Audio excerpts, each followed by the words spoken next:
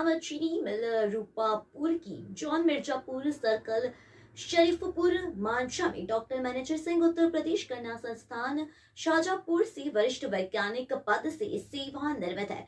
दो मैनेजर सिंह ने गांव में किसानों के साथ चौपाल लगाकर किसानों को गन्ने का रोग संबंधित पैदावार व बुवाई की पूर्ण जानकारी दी, जिसमें उन्होंने किसानों को अच्छी पैदावार कैसे ले जिसकी पूर्ण जानकारी दी। साथ में मौजूद रहे, काफी संख्या में किसान मौजूद रहे। वह कार्यक्रम संस्था के वरिष्ठ कार्यक्रम सहयोगी श्री प्रदीप सोलंकी, चीनी मिल की सीनियर केन मैनेजर सावरकर सिंह, जो मिल इंचार्ज चिंतामणि सुपरवाइजर रामचंद्र ने की। डॉक्टर मैनेजर सिंह ने बताया कि किसान किस गन्ने के बीज का चयन करे, साथ ही बाढ़ क्षेत्र में किस बीज को बोया जाए।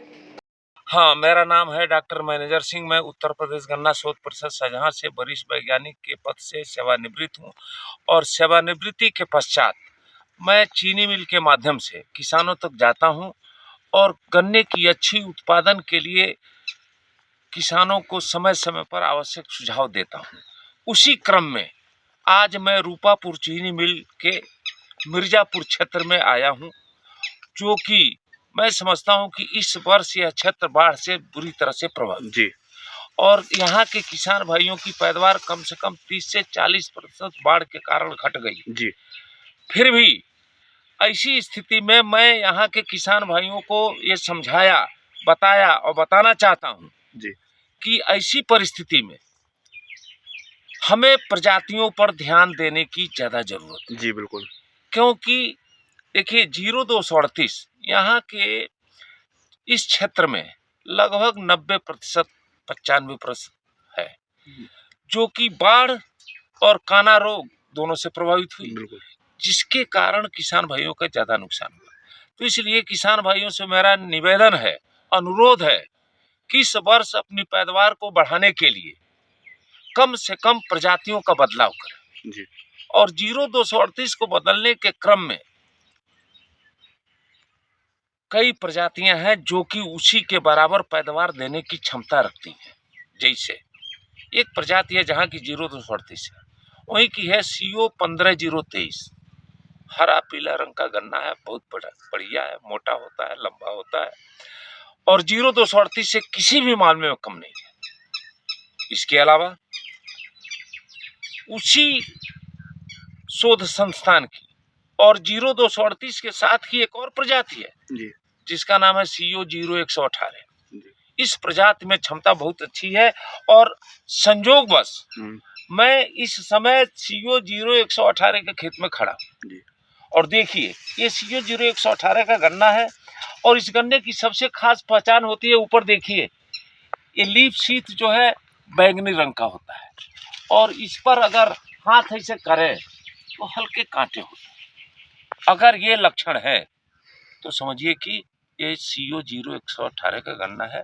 देखिए इस बाढ़ की स्थिति में भी इस गन्ने की मोटाई देखिए, इस गन्ने की बढ़वार देखिए, जबकि ये गन्ना और बड़ा होता है लेकिन लाइन से लाइन की दूरी इसकी कम है जी। अगर 4 फीट पर ये गन्ना होता तो इसकी स्थिति कम से कम 12 फीट का गन्ना होता जी। इसकी मोटाई भी इसकी डेढ़ी होती जी। तो इसलिए हमारा किसान भाइयों से अनुरोध है कि ये दूसरे नंबर की वैरायटी है CO 0118 और बाढ़ के क्षेत्र में अच्छा परफॉर्म कर रही है जी। हमको लगता है कि अगर किसान भाइयों ने ध्यान दिया तो ये CO 0238 का स्थान ले सकती है। इसके अलावा प्रदेश की सरकार ने 2 और प्रजातियों को निर्गत किया है। वो प्रजातियां एक COL के 14201 जो लखनऊ की प्रजाति है और एक इसी जनपद की गन्ना शोध संस्थान शाहजहांपुर से रिलीज की गई है, उसका नाम है COS 13235। तो इस तरह से 4 प्रजातियां हैं। तो इसलिए मेरा अनुरोध है कि इस वर्ष ज़्यादा से ज़्यादा क्षेत्रफल में CO 0118 बोया जाए। अच्छा सर, एक चीज़ और, जैसे कि ये बाढ़ क्षेत्र है, बाढ़ क्षेत्र वाले में जो है कौन सी वैरायटी जो है बाढ़ क्षेत्र के लिए ठीक है किसानों के लिए, अब देखें झेल सके।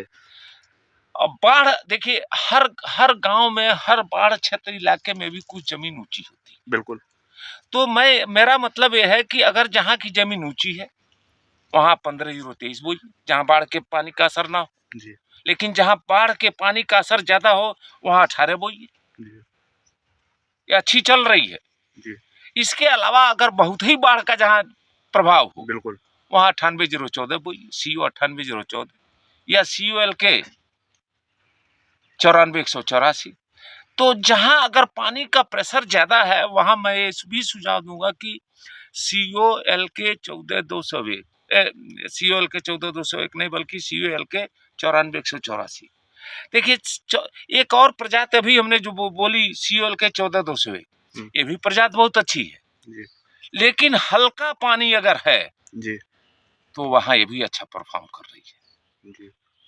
ठीक है, तो इस तरह से जातियों का चयन करते समय जमीन की स्थिति ऊंची है, नीची है या बाढ़ के अंदर है। जी। जैसे नदी के किनारे की अगर जमीन है तो वहाँ 94-184 बोइए, वहाँ 98-0-14 बोइए।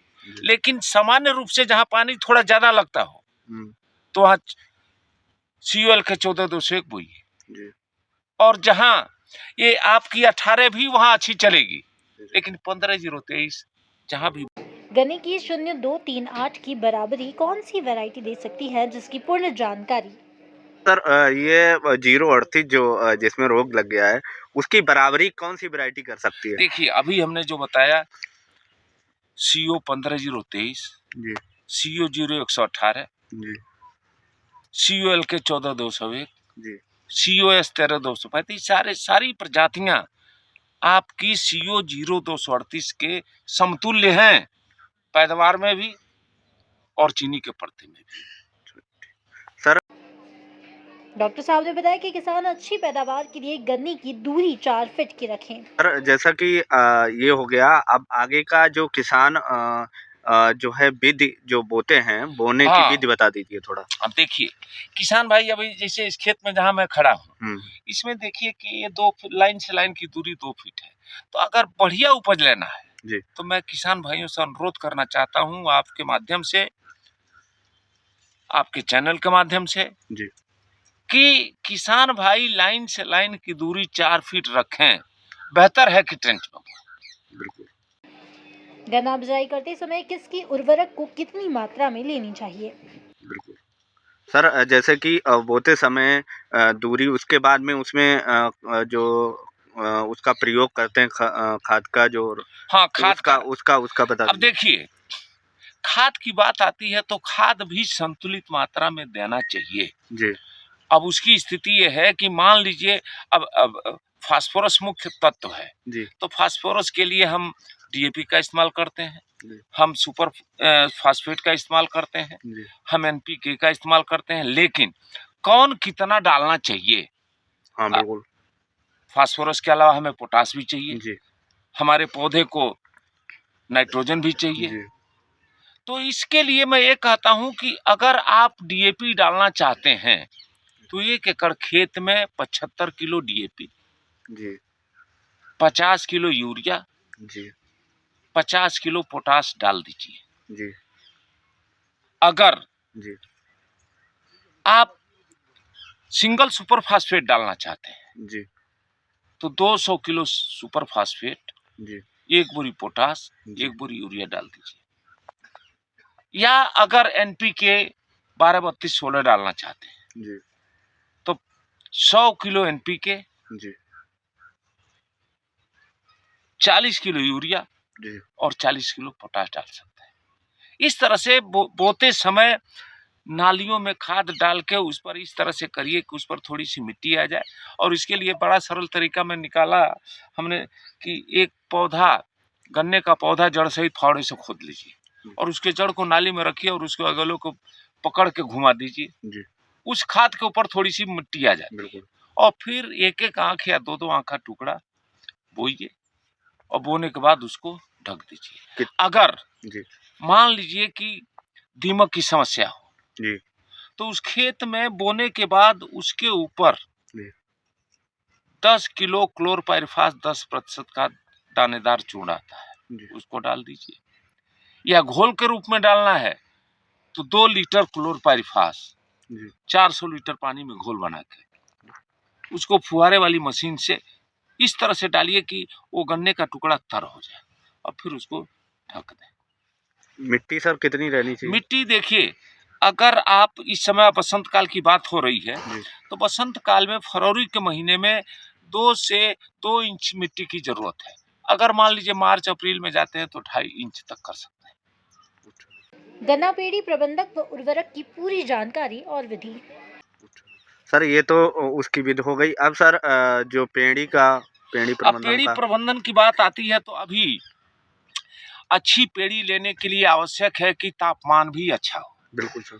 लेकिन आज की तारीख में तापमान बहुत कम है, जी सूर्य का प्रकाश नहीं के बराबर है। जी तो ऐसी स्थिति में अगर गन्ने की कटाई करेंगे तो उसकी पेड़ी अच्छी नहीं होगी। तो पेड़ी अच्छी नहीं होगी तो उन ठूठों को पत्ते से ढक दीजिए। जी अगर मान लीजिए हमें काटना पड़ा या हमें दूसरी पेड़ी रखनी है जी तो उस खेत में गन्ने के जो पत्ते हैं उससे उन ठूठों को ढक दीजिए। और जैसे ही तापमान 15-16 डिग्री सेंटीग्रेड मिनिमम जी वाला हो जाता है उसको हटा दीजिए। या 15 फरवरी के बाद या 10 फरवरी के बाद जैसे टेम्परेचर और धूप में तेजी आवे उनको हटा दीजिए, स्टबल शेविंग करा दीजिए। अब स्टबल शेविंग के लिए सबसे बढ़िया आजकल है आरएमडी चलवा दीजिए, क्योंकि आरएमडी चलाने से क्या लाभ है कि उसमें खाद डालने की भी व्यवस्था है जी उस ठूंठ काटने की भी व्यवस्था है जी उसके ऊपर हेक्सास्टाप के छिड़काव की भी व्यवस्था है। जी इसलिए आरएमडी बढ़िया है। आरएमडी चला देंगे, उसके साथ खाद भी पड़ जाएगी और आपकी पेड़ी अच्छी हो। तो सर उसमें जैसे उर्वरक की बात करें तो 1 एकड़ में कितना उर्वरक? उर्वरक उतना ही पड़ना चाहिए जो हमने गन्ने में बताया कि बोते समय पड़ना चाहिए। उसमें पूरी की पूरी मात्रा डीएपी की जी और पूरी मात्रा पोटास की बोते समय डाल दीजिए। ये बोते समय कर रहा हूँ उस मशीन के द्वारा जी जब आरएमडी चलाते हैं। सर जो आरएमडी नहीं चलाते हैं आरएमडी अगर नहीं चलाते हैं जी तो ऐसी स्थिति में उस खाद को डाल के जी 75 किलो डीएपी जी और 1 बोरी पोटास डाल के जी एक गुड़ाई हल्की कर दीजिए जी और ठूंठों की छटाई कर दीजिए जी और उसके बाद से उसमें हल्का पानी लगा दीजिए जी और जैसे ओट आए उसके ऊपर 1 बोरी यूरिया की टॉप ड्रेसिंग कर दीजिए। जी देखिए आपकी पेड़ी कितनी बढ़िया होती है। जी इस तरह से जी मेरा कहना यह है कि किसान भाइयों को समय समय पर जी इन सब चीजों को बताने के लिए, हालांकि हमारे चीनी मिल के अधिकारी, जी हमारे चीनी मिल के कर्मचारी जी सारे लगे रहते हैं। जी तो इसलिए ये क्या है कि इस चीज को करने की जरूरत है। और इससे क्या होगा, देखिए हम कहते हैं कि किसान भाइयों के भी औसत पैदावार 200, 250 या 300 कुंटल एकड़ की आ रही है। बिल्कुल। लेकिन मैं चाहता हूं कि इन किसान भाइयों की औसत पैदावार जी 400 कुंटल से कम ना हो, 500 हो और अच्छा है, 600 हो और अच्छा है। जी तो इस तरह से किसान भाइयों की आर्थिक स्थिति को सुदृढ़ करने के लिए जी मैं समझता हूं कि गन्ने से अच्छी कोई फसल नहीं है। ठीक। बस, धन्यवाद।